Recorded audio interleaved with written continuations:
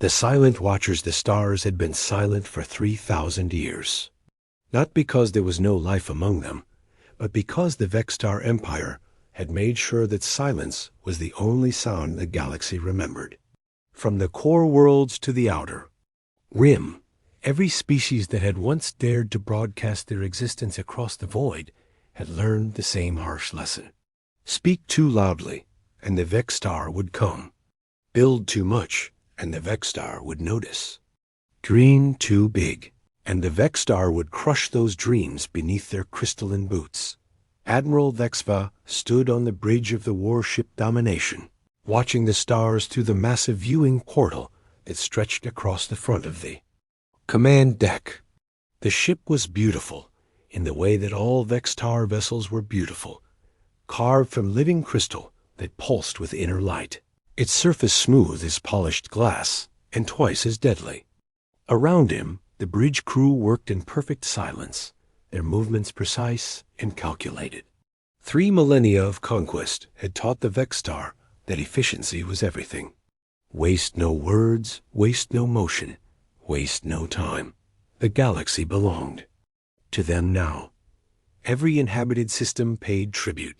Every space lane flew their ships. Every trade route answered to their authority. They had crushed the Andromedans in the War of Burning Moons. They had shattered the Crystalline Collective during the Siege of 7 Suns. They had turned the proud warriors of the Tauri into scattered refugees hiding in asteroid fields. The Vextar way of war was absolute. It was perfect. It was unbeatable. So when the long-range sensors detected something unusual in the Kepler 442 system, Admiral Vexva barely looked up from his tactical displays. Another dead system. Another collection of lifeless rocks orbiting a dying star. The galaxy was full of them, remnants of civilizations that had flourished briefly before time or war or simple bad luck had claimed them. The Vextar kept records of such places, if only to ensure that no one tried to hide there.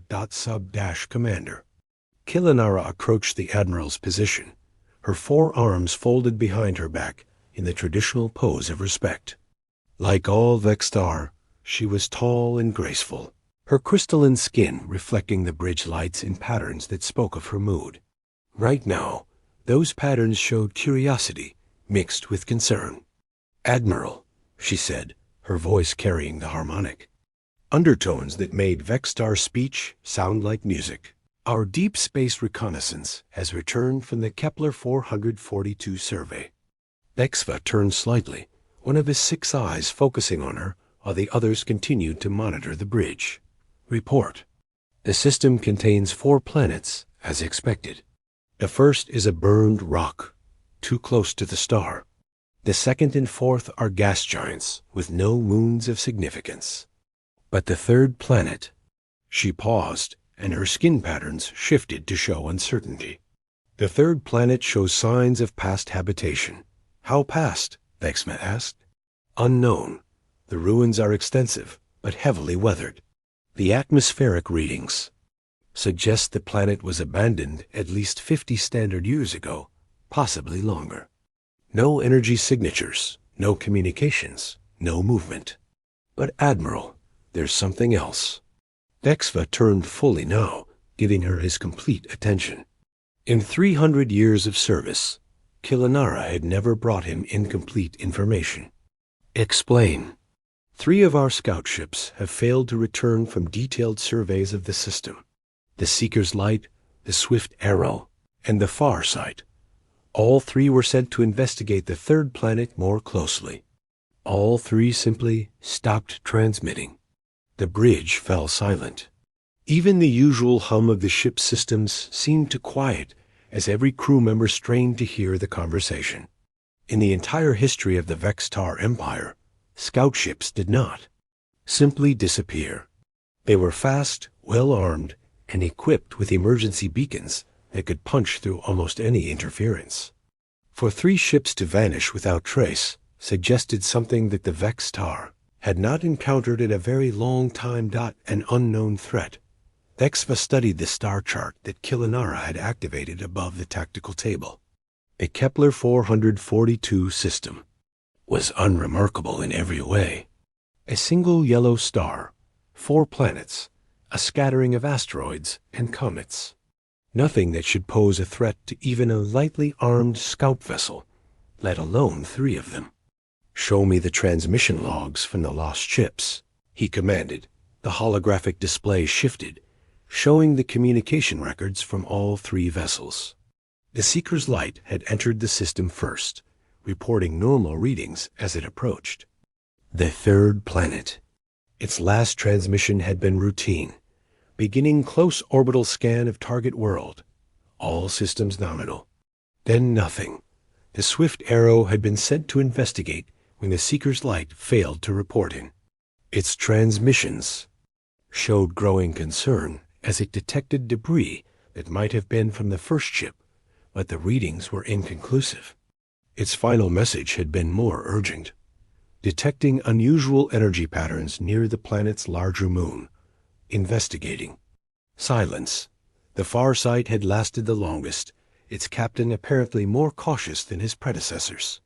For 6 hours, it had maintained position at the edge of the system, using long-range sensors to probe the 3rd planet and its surrounding space.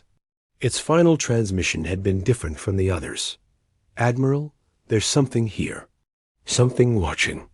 The planet isn't as dead as we thought. I'm detecting." The message cut off mid-sentence. Vexva stared at the display for a long moment, his mind working through the possibilities. Space pirates were unlikely in such a remote system. Natural phenomena could explain 1 ship loss, perhaps even 2, but not 3. And the tone of that last message suggested that whatever had happened to the far side, its captain had at least glimpsed what was responsible. "Prepare the fleet for departure," he ordered finally. "Full battle formation. If something in that system is destroying our ships, we will find it and eliminate it." "Sir," Killinara said carefully, "perhaps we should request additional support from the 2nd Fleet. If we're dealing with an unknown, no." Vexva's voice carried the absolute authority of someone who had never been contradicted. 3 scout ships represent a minor mystery. Requesting fleet support represents panic. The Vex-Star Empire does not panic, Sub-Commander. We investigate, we identify, we eliminate, in that order. Within 6 hours, the Vex-Star task force was ready for departure.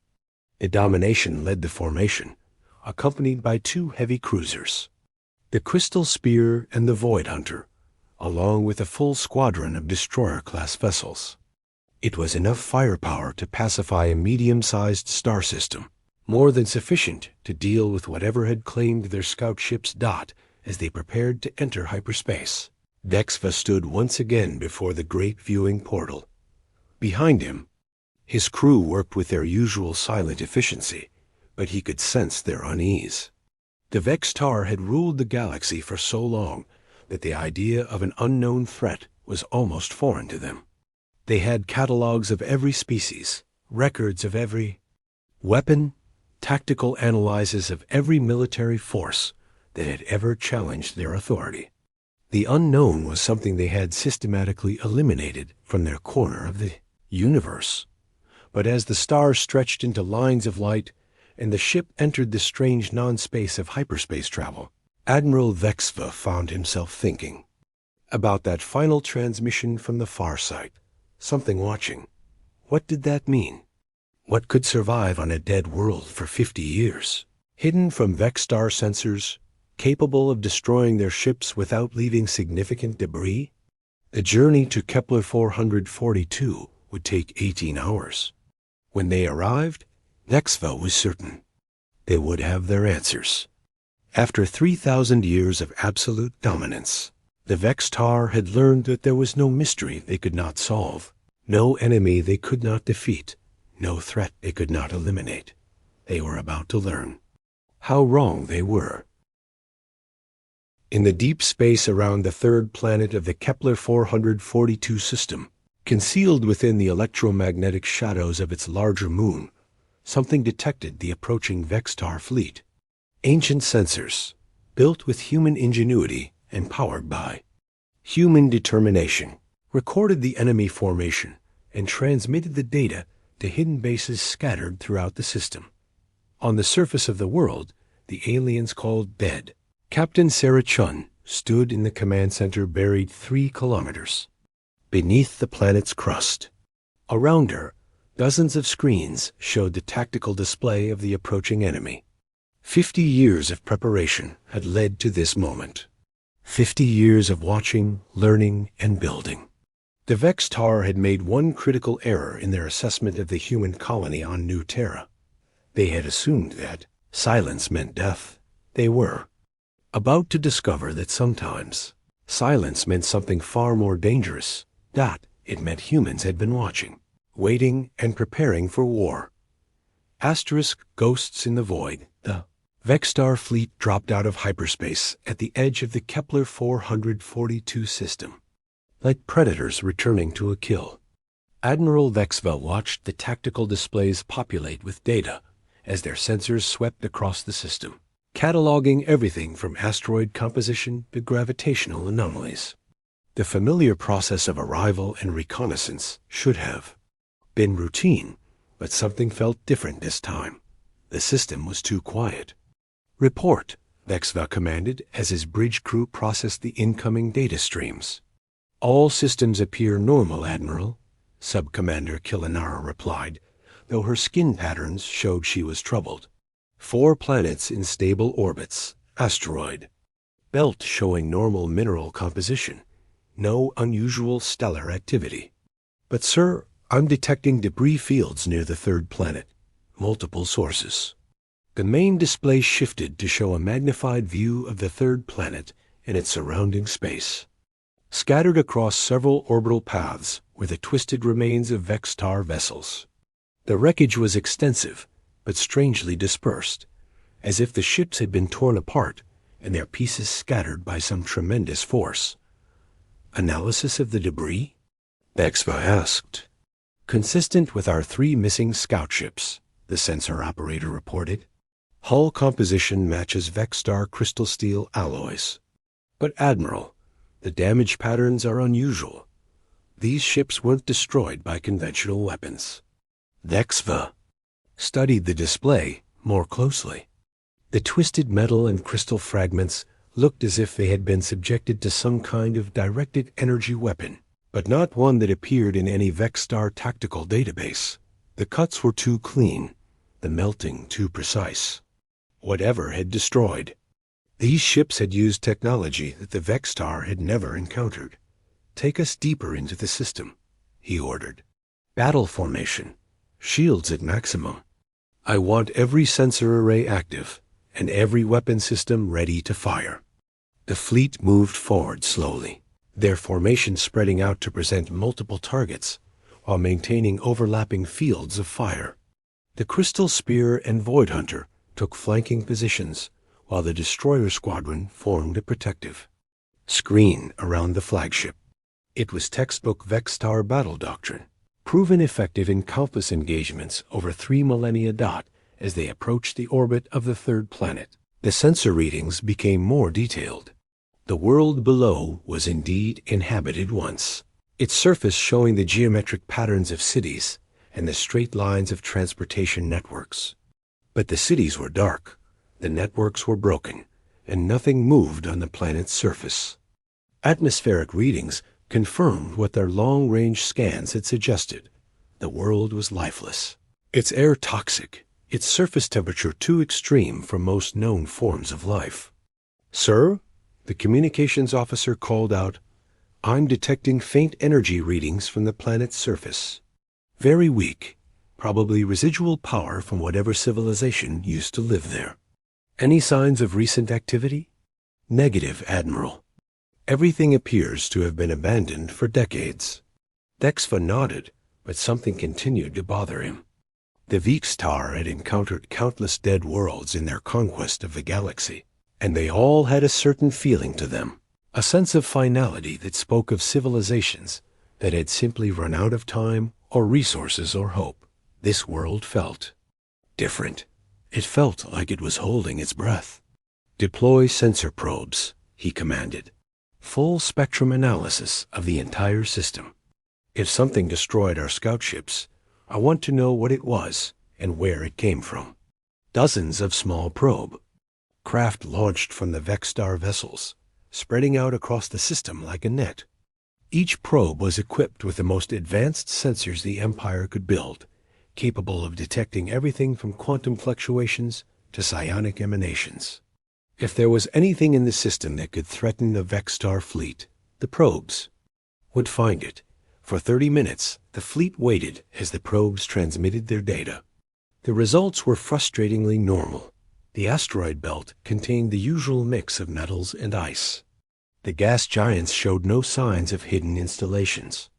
The outer reaches of the system were empty except for the usual collection of comets and space debris. But then, one of the probes near the third planet's larger moon simply stopped transmitting. Probe 7 has gone offline, the sensor operator reported. Last transmission showed normal readings then. Nothing. Malfunction? Killinara asked. Unknown. I'm detecting no debris, no energy discharge, no indication of what happened to it. Vexva felt a chill run through his crystalline nervous system. First the scout ships, now the probes. Something in this system was picking off their assets one by one, and they couldn't even see what was doing it. Recall all probes, he ordered. Bring the fleet to full combat readiness. As the remaining probes began returning to their mother ships, the fleet's weapon systems powered up. Particle beam cannons extended from hidden housings. Shield generators hummed with increasing power. Point defense systems came online, their targeting computers scanning for any sign of threat.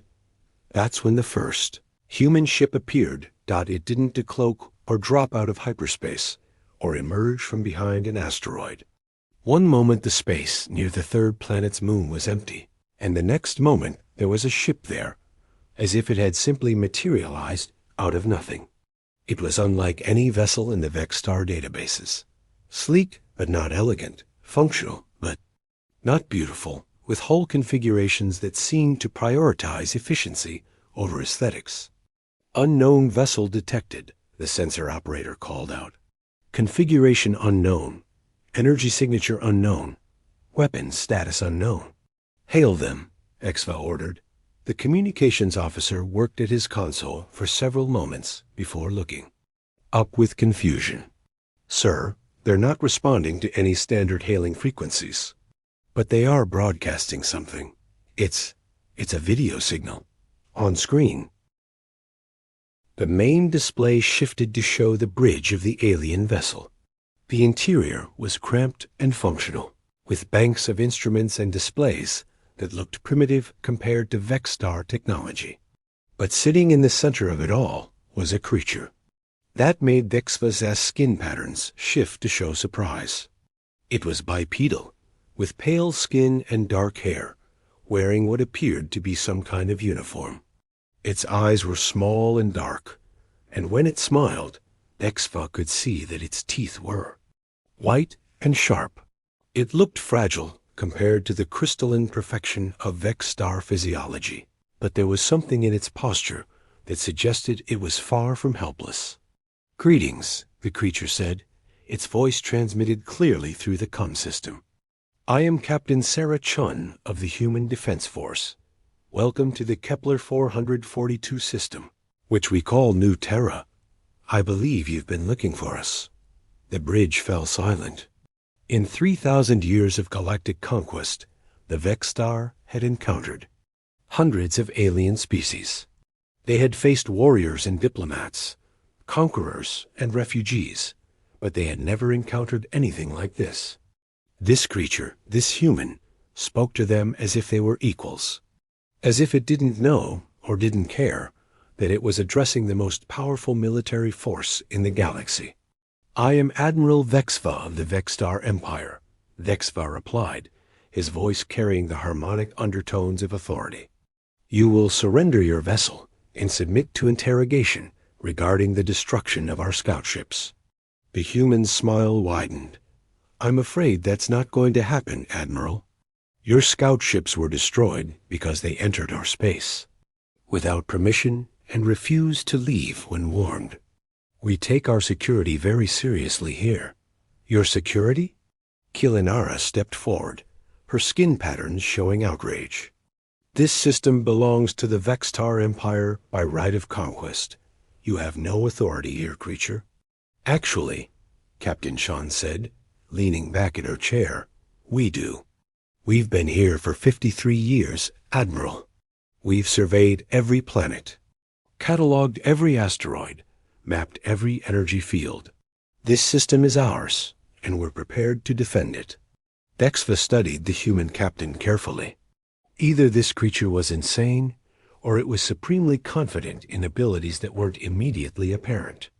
The single ship on his sensors was barely the size of a Vextar destroyer, and he had enough firepower to turn it into atoms without straining his weapon systems. You are one ship, he said. We are many. Surrender now, and your death will be quick. One ship? Captain Chun's laugh was unlike any sound Vexva had ever heard. Light and musical, but with an edge of something. It might have been madness. Admiral, I think you need better sensors. She touched something on her control panel, and suddenly the space around the third planet came alive with contacts. Ships appeared everywhere, dozens of them, as if they had been hiding in the shadows. Between dimensions. Some were small and fast, others were massive and heavily armed, but all of them had the same functional design as Captain Sean's vessel. Impossible, Kilinara breathed. Our sensors showed no ships. Nothing could hide from Vextar detection systems. You'd be surprised what's possible when you really put your mind to it, Captain Sean replied. We've had 50 years to study your technology, Admiral. 50 years to watch your ships, analyze your tactics, understand your weaknesses. Did you think we were just sitting here waiting for you to notice us? The tactical display showed 47 human vessels surrounding the Vextar fleet. They moved with coordinated precision, taking positions that would allow them to concentrate their fire while minimizing their exposure to return shots. It was a classic encirclement maneuver, but executed with a level of skill that impressed. Even Dexva, you have been watching us, he said. Every move you've made in this sector for the past 5 decades, Captain Chun confirmed. We know your weapon ranges, your shield frequencies, your tactical preferences. We know that you prefer to overwhelm enemies with superior firepower rather than outmaneuvering them. We know that you've never faced an opponent who studied you first. Dexva felt something he hadn't experienced in 3 centuries of military service, uncertainty. These humans had done something that no enemy of the Vextar had ever managed. They had achieved surprise. Complete, total, devastating surprise. What do you want? He asked. What we've always wanted, Captain Sean replied. To be left alone. To build our civilization in peace. To raise our children without fear of alien warships appearing in our skies. But since you're here, Admiral, I suppose we'll have to settle for teaching the galaxy a lesson about underestimating humanity. The first human ship fired without warning. A beam of coherent energy that struck the destroyer relentless edge and punched clean through its shields as if they weren't there. The Vextar vessel staggered under the impact, its crystalline hull cracking along stress lines that shouldn't have existed. Return fire, Dexva commanded, but even as his gunners opened up with everything they had, he knew that this battle was going to be unlike anything the Vextar Empire had ever fought. The humans had been watching. They had been learning. And now they were ready to show the galaxy what happened when you underestimated the species that had turned warfare into an art form. In the depths of space above New Terra, the sky began to burn.